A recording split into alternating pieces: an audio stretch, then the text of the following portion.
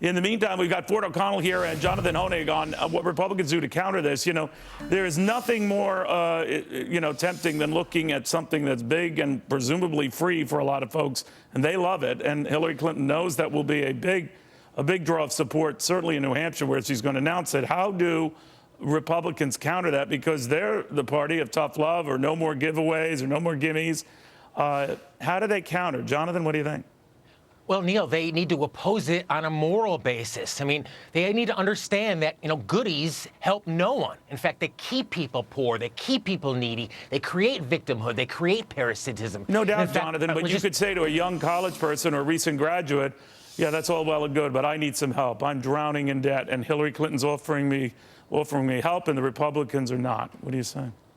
Well, I mean, does it help them? That's the whole point, Neil. I mean, we have incentives and we have giveaways, if you will, in terms of subsidized loans for higher education now. And we have this huge raft of kids coming out of school with immense amount of debt. So whether it's welfare, whether it's any of these government goodies don't help anyone. Go ahead, Jonathan, but guess what? This is brilliant politics on Clinton's part. The Republicans need to come out there and say what's flawed with this program. It is redistribution. It is going to drive up costs. But Republicans have to come up with a plan of their own. And I think you should start with refinancing the $1.2 trillion in college debt. 79% of Americans think that college is basically unaffordable. And you're going to have to pay attention to this. Because remember, Clinton's faltering in the polls. The key to her success hinges on the Obama coalition. Well, Ford, you seem to be saying, let me just stop you. One second, Jonathan. I do want to get, but Ford, you seem to be saying you've got to give a little something. It might not be to the tune of $350 billion cost, but you got to do a little something, refinance the debt. I mean, isn't that playing Democrat light?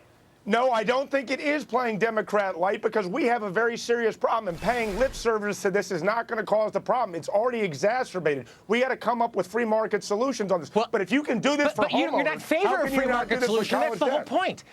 Well, I mean, look at John McCain, who's a campaign I know you advise. I mean, was essentially for a lot of these entitlement programs. The GOP needs to present an alternative, a radical alternative, that you own your own life, and it's not anyone's responsibility to subsidize others. And, Neil, this country survived very well for 150 years without any goodies, without any government giveaways. So the GOP cannot give in to the basic principle. Yeah, but nothing beats a free lunch. Nothing beats a free lunch, or the notion that someone else is going to pay for that lunch, which gets me backward to this basic argument here. Republicans, do they not have to offer either tax cuts or incentives to say these tax cuts alone are going to dwarf whatever benefits you get out of Hillary Clinton's programs, and every American is going to get them? I don't know what the answer is, but they better have an answer to this, because to be the party of no and opposition will come back to bite their heinies as it has in the past.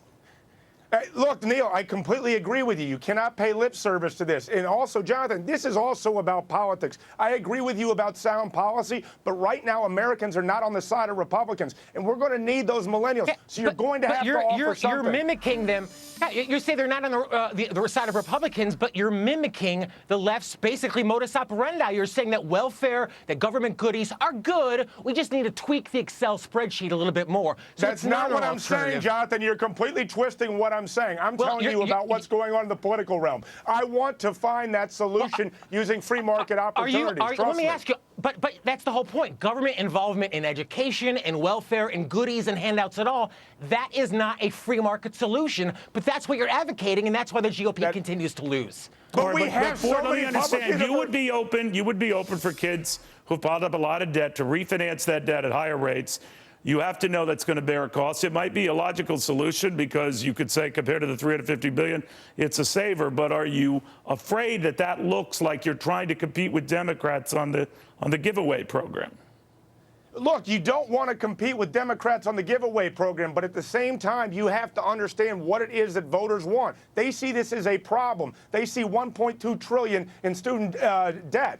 So essentially, you're going to have to come up with a solution. And just saying, well, we can't give away free goodies or anything that sounds terrible in terms of political rhetoric is going to get the Republicans' side. But that's the whole point. That's the whole point. The GOP needs to counter that philosophy that if you stop the goodies, if you stop the government intervention, you're being mean, you're hurting people. I mean, again, show me an evidence that government goodies have helped anyone. Welfare is the best example. It discourages work. I agree with you about government goodies. But Jonathan, the point you're is that you supporting need to it. point out the But you're flaws advocating for it for overall political in- purposes. All right, gentlemen, I wish we had more time, but you know what's amazing? You're both on the same side. So only on this show can people who are essentially on the same side fight like this. It's No, like being not with on my, that side, Neil. It's like being with my in-laws. All right, but guys, I want to thank you very, very much. Very well Thank you, put. Neil.